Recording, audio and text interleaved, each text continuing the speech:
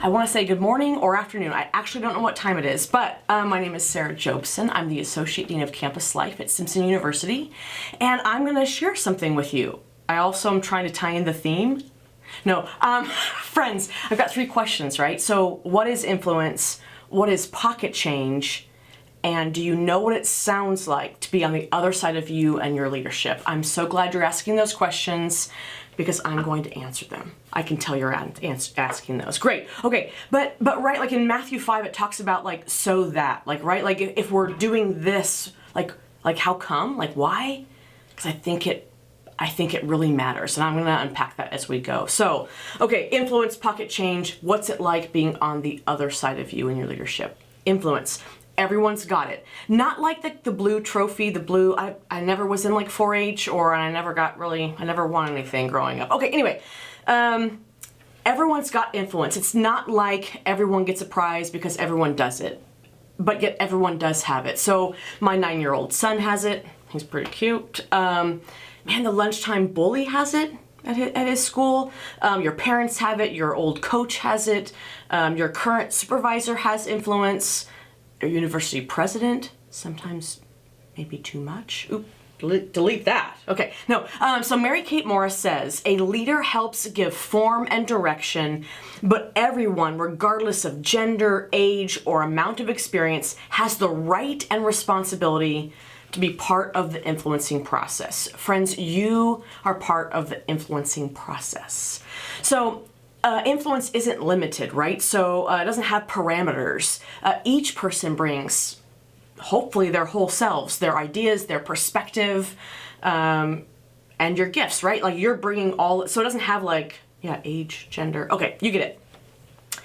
oh, hear this, you can totally screw it up. I think I can say that word, but no one's gonna, anyway, okay. You can totally screw it up. You can also improve how you steward it. So the more you understand yourself, your gifts, and what your team or department or your university needs, the greater impact you will have, the greater influence you will have. If you don't know yourself very well, if you don't know the needs of your community, you're gonna have influence, but it could be, you could steward it so much better if you knew those things. So influence, right, is how an individual affects another person. It's the ability to shape a direction or an idea or someone or something. Your words have it. Your body language has it. The slightest adjustment in direction or perspective or change due to you showing up, your words, your actions will reveal your influence. Okay, you can totally screw it up and you can totally steward it better. So I'm going to tell you how you can screw it up because I just think I should tell you that. Because we do, you do, we do. Great. So what kills your influence? So I'm not talking necessarily about mistakes that you make, but your mistakes can and do have an impact and can, and they can impact your influence, right, when you make a mistake. Hence, oh gosh, this is depressing. Right, when we see leaders fail within the church or university, right, when someone has that huge catastrophic moral failure, you see it, right, it impacts the church. They're not bad people, they're not defined by their mistakes, but it certainly has an impact on their influence. Okay, that's depressing. Hang on with me for a second. The following things are true stories because I wanted to shoot straight with you. I wanted to be honest. This is how, as a student leader at your university, you can mismanage your influence. Well, you can mismanage it by simple things, right? Overcommitting. Because if you overcommit, you become less reliable. You can also mismanage your influence by sleeping with your ex-boyfriend over Christmas break. You can mismanage your influence by getting rehired, seeing the notes on your supervisor's desk of everyone who did get hired, tell all your friends, and then lose your job. You can mismanage your influence when you break trust with a fellow student, right? You kind of tell your close community all their stuff. That'll do it. Okay, having a negative attitude about others, your position, your university, like all the things they expect you to do. If you come to the table with that attitude, your influence isn't going to be awesome. You mismanage it by being careless about how you spend university money. You mismanage it when you drink alcohol with underage students, and you're like, Sarah, I would never. Friends, you mismanage your influence when you avoid conflict, when you exclude others, when you ignore racist comments, when you discriminate, when you don't reach out, don't pay attention, don't show up, don't follow through, and don't buy in. Okay, but there's good news too. Okay. So that's how you can screw it up. Here's how you could just steward it better, right? Here's how you can steward it better. You've got to understand what matters to your university. And I'm not talking about like a 30,000, yay students, yay Jesus. I'm not talking about that. I'm talking about what does your institution care about? What matters to them? And it is different. What is your department? What matters to them or to your team? You can steward it better by understanding those things. You can steward it better by understanding yourself, self-awareness. That'll go a long way. You steward it better when you deliver on what's being asked of you, by being someone people can trust, by building strong relationships, by seeking wisdom from your trusted mentors, by being a truth teller. Friends, you could steward it better by just being curious about other people, who they are, where they've been, and what matters to them. So, okay, you can screw it up and you can also get better by stewarding it better. Okay, 2 practical, simple concepts I just want to run through and then we're kind of done. Because I forgot, we're doing like a live Q&A after this. So if you've got some questions, hopefully maybe you're taking notes. I'm not offended if you don't. I can't see you. So if you're taking notes, great. But I want to get to some questions and I want to ask you some good questions. So whatever that means, we're going to do a live Q&A afterwards. Okay, getting practical. 2 concepts I want to share before we end this and we do a little live Q&A. Number 1 concept, it's not original. Here it goes, pocket change. Maybe you've heard about it before, right? So all leaders carry around pocket change. I'm not talking about coins, right? It's this social capital. It's emotional change. And leaders maintain that influence, right? When they make wise choices, when they demonstrate integrity, when they're fair, when they're consistent. And when leaders do those things, the good things, they put this emotional change, this social capital in their pocket, and and that social that pocket change increases their influence. Well, the opposite's sort of true too, right? So when a leader makes a mistake, when they fail, when they lack integrity, when they lose trust, they lose some of, hopefully not all of, their pocket change. Hopefully you've collected enough pocket change throughout your time at your university where when you do, lo and behold, make a mistake, right? You still have enough pocket change that's been collected. They know you. They trust you. I read this the other day. Ooh, so good. The day followers stop bringing you their problems is the day that you have stopped leading them. They've either lost confidence that you can help them, or they've concluded that you don't care anymore.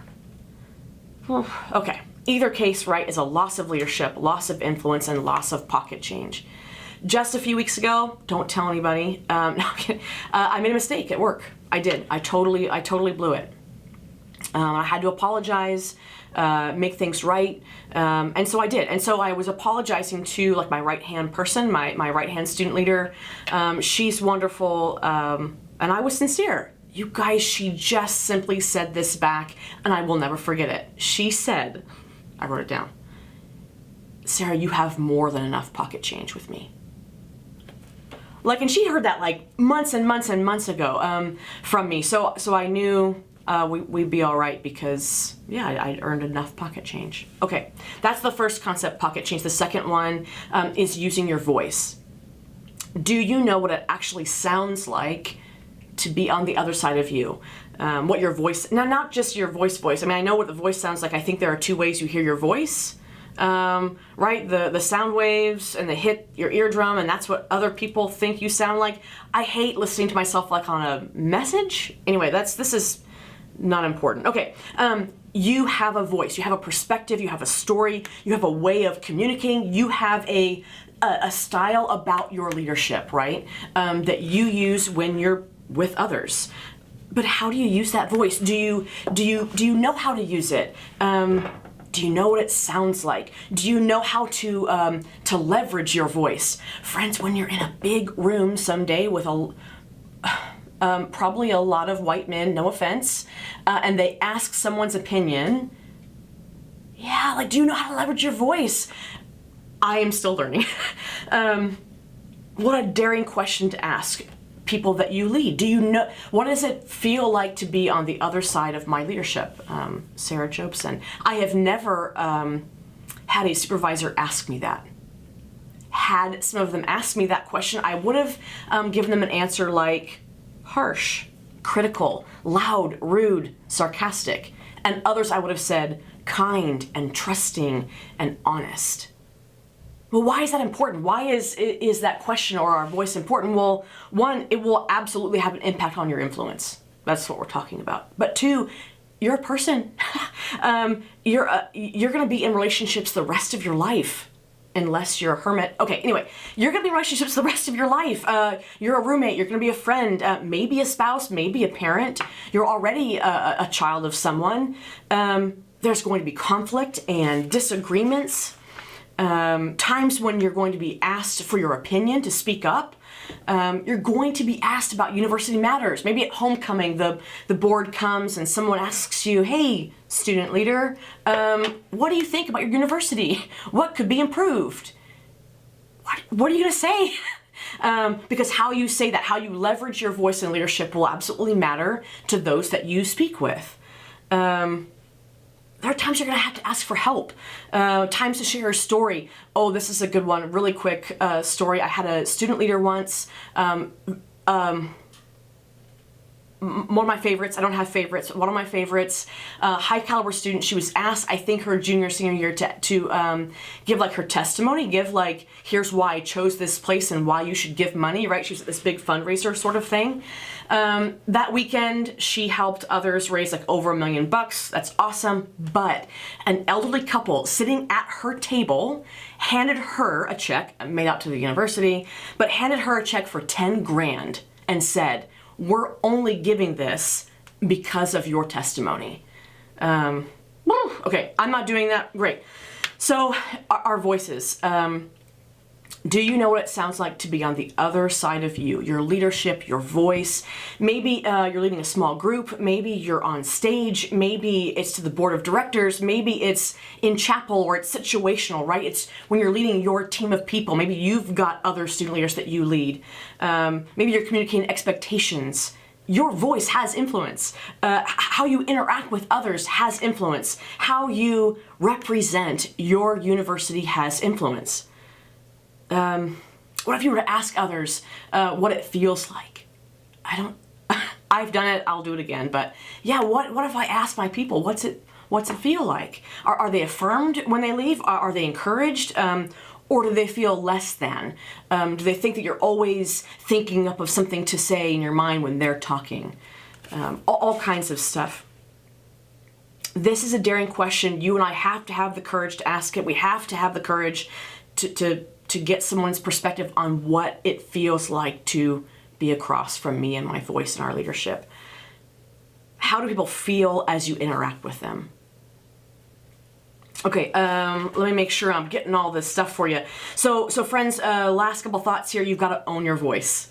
Are you the first to talk in a small group? It's not a bad thing, but you just got to be aware, right? And you got to own it. And maybe you need to adapt it because the group might need something different. Are you too shy? Are you too critical? Friends, I can get sarcastic and use humor when I want to mask my vulnerability. And I need to only use humor in a healthy way rather than let it inhibit what I'm trying to communicate. Your story impacts your voice. How you grew up, your heritage impacts your voice. Your experiences impact your voice. Your wounds impact your voice.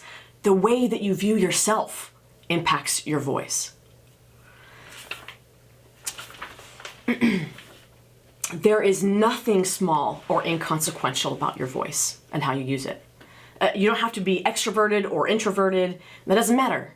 It still has an influence.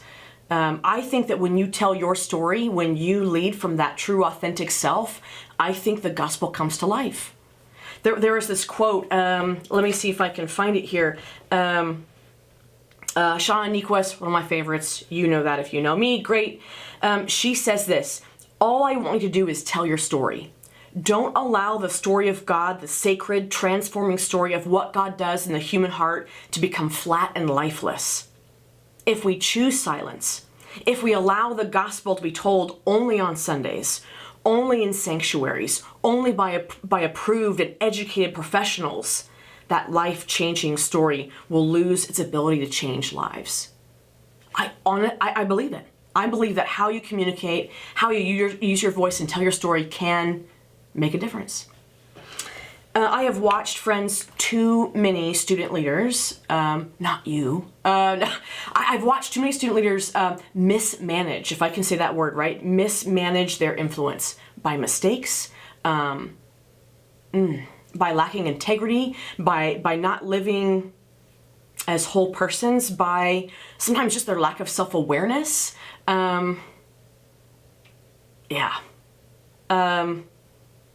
I think really honestly, I think they've mismanaged influence because they don't know what it sounds like to be on the other side of their leadership. Your university needs you. They need your gifts. They need your voice and your story. And friends, you are ultimately responsible for stewarding your leadership. Your leadership, your voice, your influence. Good luck? No, you don't need luck. We're going to talk about this here in a minute. So I think I'm done. And then we're going to do a live Q&A. So I hope you've got some questions. And I'm going to poke a little bit too. So hopefully, yeah, you'll do that with me. Thank you very much for listening.